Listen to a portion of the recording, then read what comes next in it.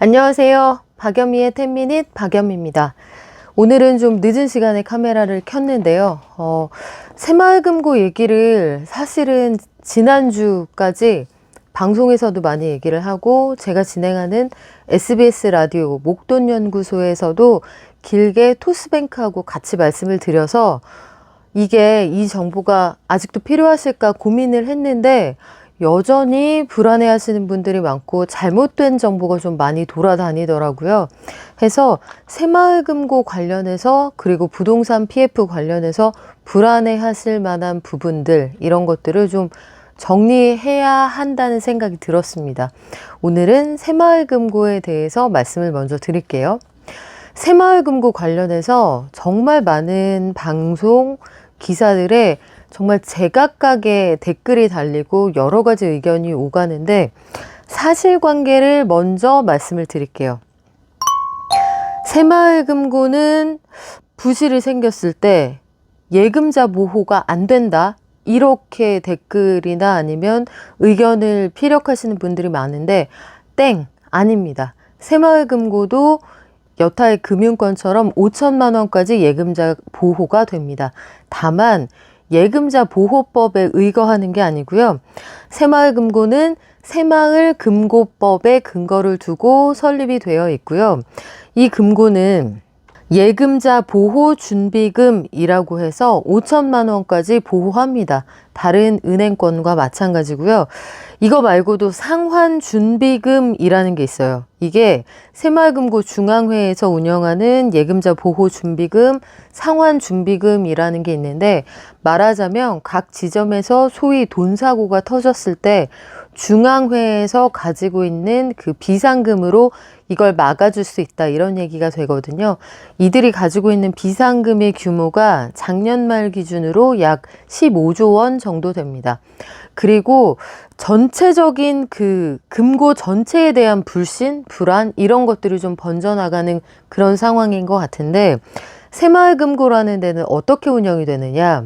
전국의 새마을금고는 금고법에 따라서 설립이 되고 각각 다 비슷한 완전히 똑같은 그런 간판을 사용을 하죠. 그런데 이거는 지점별로 철저히 독립채산제예요.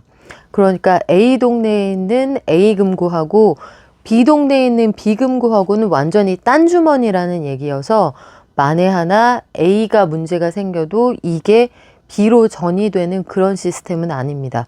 그렇기 때문에 혹여 정말 극소수의 어떤 지점에서 문제가 생긴다라고 해도 전체 금고가 다 무너진다 이렇게 볼 수 있는 시스템은 아니거든요. 그 부분은 오해라는 걸 말씀을 드려야겠고 이게 지점별로 그래서 재정 상황이 극과 극입니다. 예컨대 최근 들어서 이제 논란이 되거나 아니면 어려워질 수도 있다라고 언급이 되는 그런 새마을금고는 어떤 곳이냐. 특히 지역에 미분양이 많은 그런 지역들 있잖아요. 그런 지역에서 지방 건설사에게 비교적 큰 돈을 꿔준 그런 지점들. 특정 지점을 언급하기는 좀 그렇고 우리 동네 새마을금고가 괜찮을 거냐 이걸 어디에서부터 좀 고민을 해보시면 되냐면 지역별로 우리 동네 미분양이 얼마나 있는지를 이 국토부가 통계를 냅니다. 그래서 월별로 우리 동네 미분양이 어느 정도 되는지 통계를 보실 수가 있어요.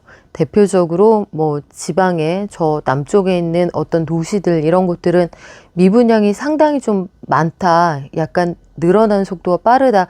이런 얘기가 나오잖아요.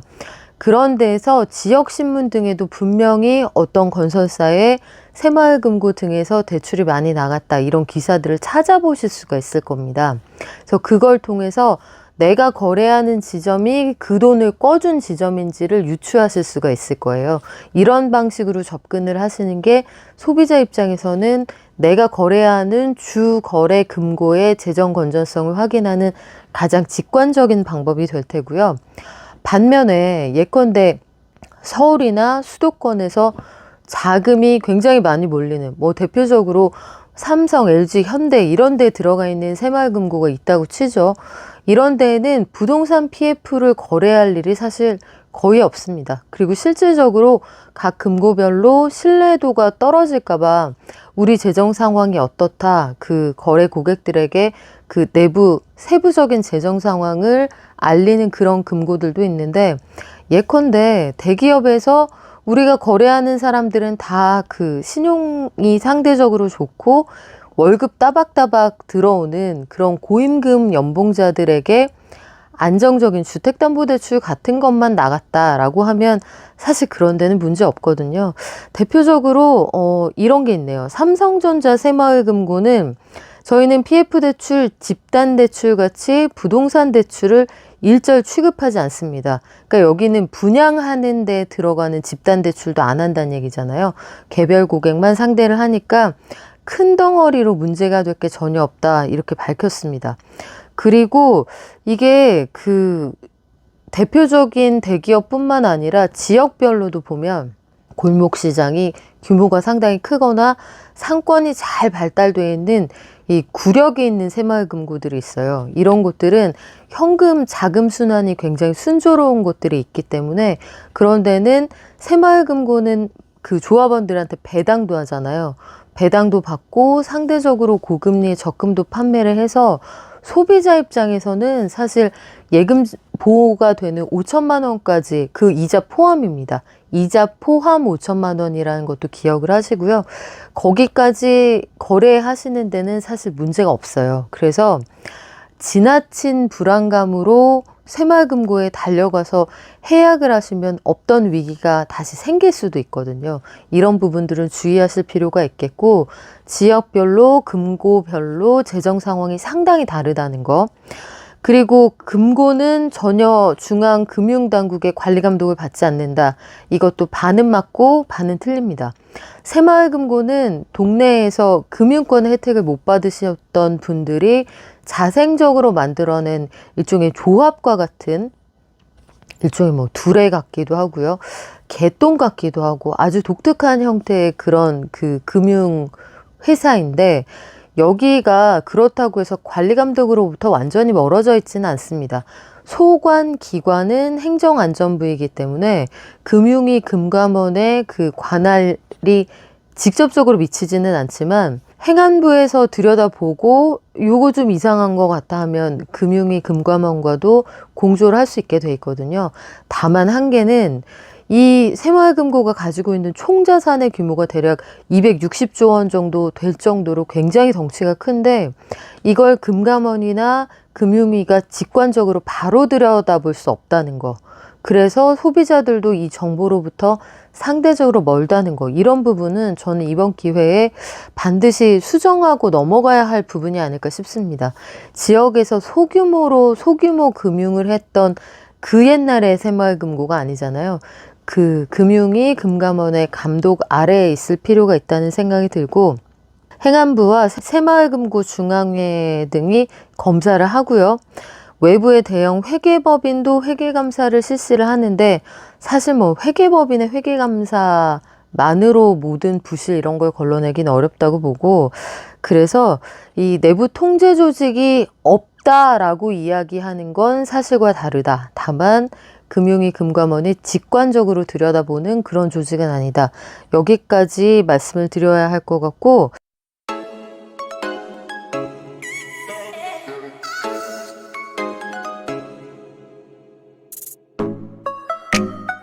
자기자본 비율이, BIS가 요구하는 자기자본 비율이 있거든요. 이게 대략 그 국제 기준이 한 11% 이상이면 좋겠다, 이렇게 제시를 하는데, 새마을금고도 작년 말 기준으로 BIS 자기자본 비율이 13.4%가 넘습니다. 그러니까 위험 가중자산 대비 자기자본의 비율이 이 정도 된다. 나쁘지 않거든요. 그 1금융권도 대략 한 14에서 16% 그 정도니까 나쁜 수준 아닙니다. 지점별로 어려울 수도 그렇지 않을 수도 있기 때문에, 자, 오늘의 결론은 다 어렵다? 그건 사실과 다르죠. 하지만 문제가 하나도 없다. 그것도 사실과 다릅니다. 그러니까 이 부분은 지점별로 상당히 다를 수 있다. 이렇게 알아두시면 좋겠고요. PF 대출, 부동산 프로젝트 파이낸싱의 40%가 새마을금고가 꺼준 돈이다, 이런 루머가 나돌던데 아닙니다. 그건 잘못된 소식이고요. 부동산 PF, 이게 이금융권을 중심으로 나가 있거든요.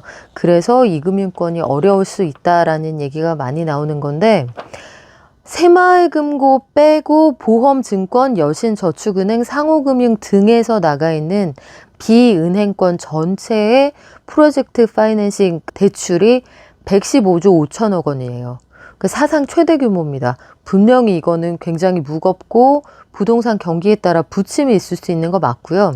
이 가운데에서 대출이 91조 2천억 원, 이게 유동화 증권을 채무 보증한 게 24조 3천억 원 정도 됩니다.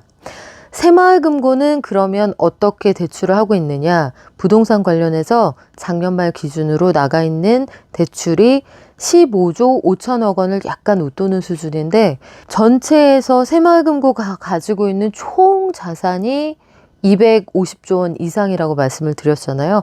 그 가운데 15조 5천억 원 정도. 그런데 이게 좀 정밀하게 들여다봐야 하는 건 뭐냐면, 전체 새마을금고 가운데 특정 지점에 대출이 몰려 있다라면 전체 총자산 대비 금액이 크지 않아도 이거는 위험할 수가 있죠. 그래서 제가 누누이 말씀드리는 것처럼 미분양이 많은 지역에서 지방 중소건설사의 대출이 큰 그런 지점과 내가 거래하고 있다면 그 은행과의 거래 금액을 5천만 원 언더로 유지하시는 거, 전 그걸 권해드리고, 당장 뭐 다 해지하시거나 뭐 그럴 필요까지는 없습니다. 다만 큰 돈을 맡기셨다 이런 부분들은 한 번쯤 들여다보시면 좋겠고요. 프로젝트 파이낸싱이라는 게 본래부터 그렇게 다 어렵고 다 부실해야 할 가능성이 있느냐, 그런 건 아닌데, 프로젝트 파이낸싱이라는 건 결국은 그 빚을 당겨서 부동산에 뭔가를 지어가지고 분양이 제때 돼야 수금이 돼서 이걸로 갚을 거 갚고 수익 낼 거 내고 이렇게 정리가 되는 거잖아요. 그런데 분양이 잘 안 되는 시점이라서 수금이 잘 안 되면 빚을 갚기 어려울 테고, 그 사이에 이자 비용이 늘어날 테니까 중간에서 이걸 꿔간 쪽이나 아니면 여기 대출의 보증을 선 쪽이나 뒤로 나아가 떨어지게 될 경우에는 수금이 안 될 때 그때 금융회사가 어려워질 수 있다, 이런 얘기가 됩니다. 그래서 우발 채무가 많은 건설사들을 좀 유심히 봐야 하기도 하는데요. 이런 상황을 종합하면 근거 없는 불안감은 안 된다, 예금자 보험 된다, 지점별로 다르다, 미분양 추이를 봐라, 이렇게 정리를 할 수가 있겠네요. 자, 박연미의 10미닛은 여기까지고요. 청취율 조사 기간이라 제가 되게 바빴습니다. 오늘도 원래 어제 찍고 싶었는데 하루 늦었네요.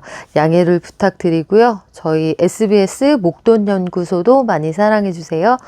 고맙습니다.